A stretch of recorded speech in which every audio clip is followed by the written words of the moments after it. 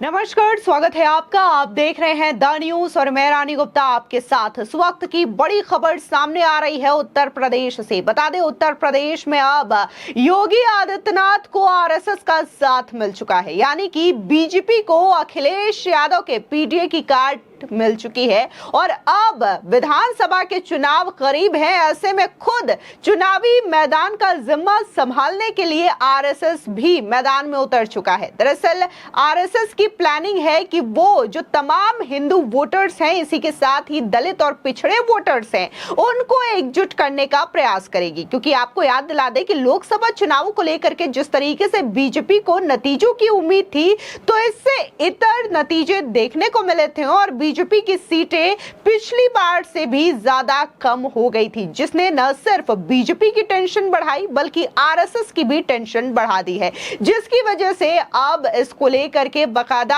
RSS जो है वो 4 दिवसीय चुनावी मंथन कर रहा है और ये मीटिंग ऑलरेडी राज्य की राजधानी लखनऊ में हो रही है। बता दें, उत्तर प्रदेश में अब सीएम योगी को संघ का साथ मिलने वाला है। कह सकते हैं कि लोकसभा चुनाव में बीजेपी के समाजवादी पार्टी से पिछड़ने के बाद आरएसएस खुलकर यूपी में कमान संभालने वाली है। यानी एक तरफ सीएम योगी हैं जो विकास मॉडल और जनहित के काम पर पूरा फोकस कर लगातार आगे बढ़ रहे हैं, तो वहीं दूसरी ओर उत्तर प्रदेश के हिंदू वोटर्स को फिर से एकजुट करने के लिए संघ ने प्लान तैयार कर लिया है। तो आपको एक एक करके विस्तार से समझाते हैं कि आखिर इस बार भागवत का मिशन क्या होने वाला है। दरअसल यूपी में लोकसभा चुनाव के नतीजों ने जितना बीजेपी को परेशान किया, उतना ही संघ को भी चिंता में डाल दिया है और इस चिंता को दूर करने के लिए संघ ने उत्तर प्रदेश के हिंदुओं को एकजुट करने का प्लान तैयार कर लिया है, ताकि लोकसभा चुनाव के दौरान जिस तरह हिंदू वोटर्स ने जातियों में बंट करके वोट किया और इससे बीजेपी को घाटा हुआ, वो यूपी के 10 सीटों पर जल्द होने वाले उपचुनाव और फिर 2027 के विधानसभा चुनाव में ना हो। सबसे पहले जानते हैं कि यूपी के लिए संघ ने क्या तैयारी की है। दरअसल अपने लक्ष्य को पूरा करने के लिए संघ ने प्लान पर काम भी करना शुरू कर दिया है। लखनऊ में पूर्वी क्षेत्र के संघ पदाधिकारियों की 4 दिन की बैठक जारी है। आज इस समीक्षा बैठक का दूसरा दिन भी है। बता दें, लोकसभा चुनाव में बीजेपी को उम्मीद थी कि वो बम्पर सीटों पर जीत हासिल करेगी, लेकिन अखिलेश यादव के पीडीए समीकरण के जरिए अखिलेश यादव की सोशल इंजीनियरिंग हिट साबित हुई और बीजेपी को सिर्फ 33 सीटों पर ही संतुष्ट होना पड़ा। मगर संघ अपनी नई प्लानिंग के बूते 10 सीटों पर होने वाले उपचुनाव और फिर 2027 में यूपी के विधानसभा चुनाव का टारगेट सेट करने में जुटी है।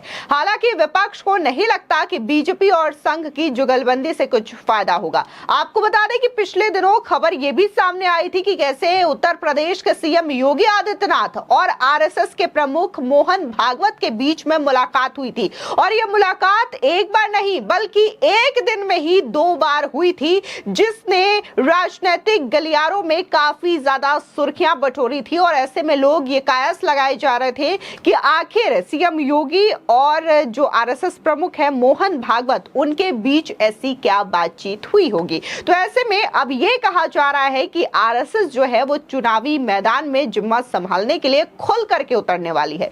दरअसल लोकसभा चुनाव से पहले बीजेपी अध्यक्ष जेपी नड्डा के एक बयान से बीजेपी और संघ के बीच दूरी आने की बात कही जाने लगी थी। एक अखबार को दिए इंटरव्यू में जेपी नड्डा ने कहा था कि पार्टी उस समय से विकसित हुई है जब उसे आरएसएस की जरूरत थी और अब वो सक्षम है और अपना काम खुद चलाती है। आरएसएस एक वैचारिक मोर्चा है और अपना काम करता है। ऐसे में माना जा रहा था कि जिस तरीके से यह बयान दिया गया उसको लेकर के शायद आरएसएस और बीजेपी के रिश्तों में खटास आई, मगर चुनावी नतीजों के बाद संघ प्रमुख ने बीजेपी से दूरी की बातों को बेतुका करार दे दिया और अब संघ प्रमुख मोहन भागवत खुद 1 जुलाई को गाजीपुर का दौरा करने वाले हैं। मुमकिन है कि इस दौरे पर उनकी मुलाकात फिर से सीएम योगी से भी हो सकती है और फिर दोनों मिलकर यूपी में बीजेपी की वापसी के रोड मैप पर एक साथ मिलकर के काम करना शुरू कर देंगे। आपको बता बता दें फिलहाल ये आरएसएस और कहा जा रहा है कि सीएम योगी एक साथ आएंगे और उत्तर प्रदेश में बीजेपी को फिर से मजबूत करेंगे। लेकिन वहीं दूसरी ओर आपको बता दें कि उत्तर प्रदेश के सीएम योगी आदित्यनाथ ने गुरुवार को भीषण गर्मी में ड्यूटी करने वाले ट्रैफिक पुलिस कर्मियों को एसी हेलमेट बांटे हैं। बता दें ये हेलमेट विशेष रूप से गर्मी और धूप से सुरक्षा प्रदान करने के लिए डिजाइन किए गए हैं। इस दौरान सीएम योगी आदित्यनाथ ने वहां पर तमाम लोगों को संबोधित किया और ये कहा कि पिछले 7 सालों में किस तरीके से जब से उन्होंने कमान संभाली है उत्तर प्रदेश की कानून व्यवस्था में काफी ज्यादा सुधार देखने को मिला है। एक बार आप भी सुनिए कि आखिर सीएम योगी आदित्यनाथ किस तरीके से पिछले 7 वर्षों का जिक्र कर रहे हैं। यूपी 112 के उच्चकृत टीआरबी फ्लीट के फ्लैग ऑफ वातानुकूलित हेलमेट वितरण के आज के इस समारोह में प्रदेश शासन में मेरे वरिष्ठ मंत्रिमंडल के वरिष्ठ सहयोगी वित्त और संसदीय कार्य मंत्री श्री सुरेश कुमार खन्ना जी, मंत्रिमंडल के मेरे सहयोगी श्री बलदेव सिंह ओलख जी, प्रदेश के मुख्य सचिव श्री दुर्गा शंकर मिश्र जी,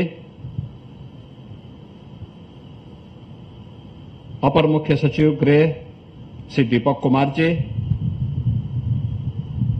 पुलिस महानिदेशक श्री प्रशांत कुमार जी, अपर पुलिस महानिदेशक यूपी 112 श्रीमती नीरा रावत जी, आज के समारोह में उपस्थित प्रशासन और पुलिस के सभी हमारे वरिष्ठ अधिकारीगण, उपस्थित सभी बंधुओं,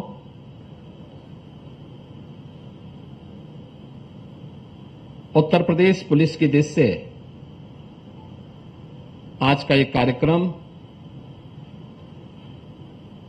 स्मार्ट पुलिसिंग की अपने 7 वर्ष की चल रही प्रक्रिया को एक नई ऊंचाई की ओर पहुंचाने का एक अभियान है।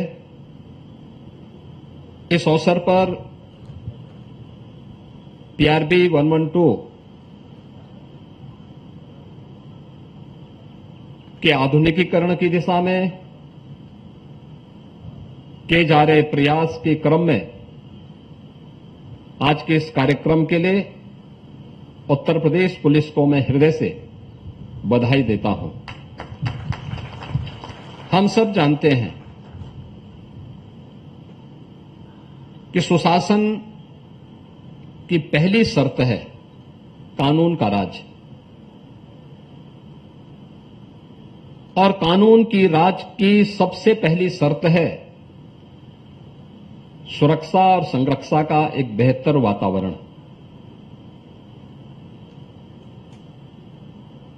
और यह सुरक्षा का वह वातावरण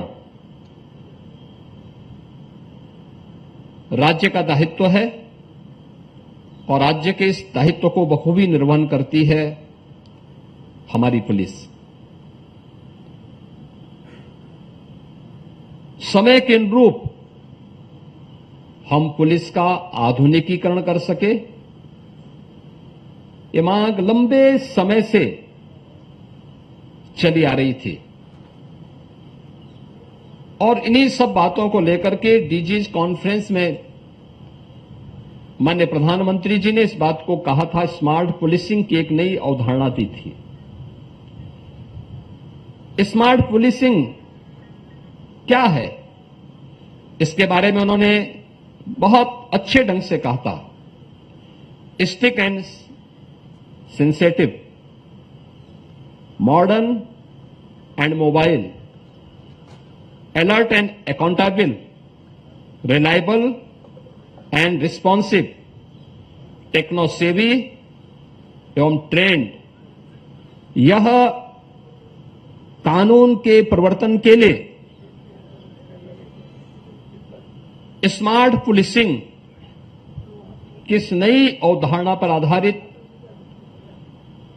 जो एक नई दृष्टि माननीय प्रधानमंत्री जी ने डीजीज कॉन्फ्रेंस में देश भर से आए हुए पुलिस महानिदेशकों के सामने कही थी,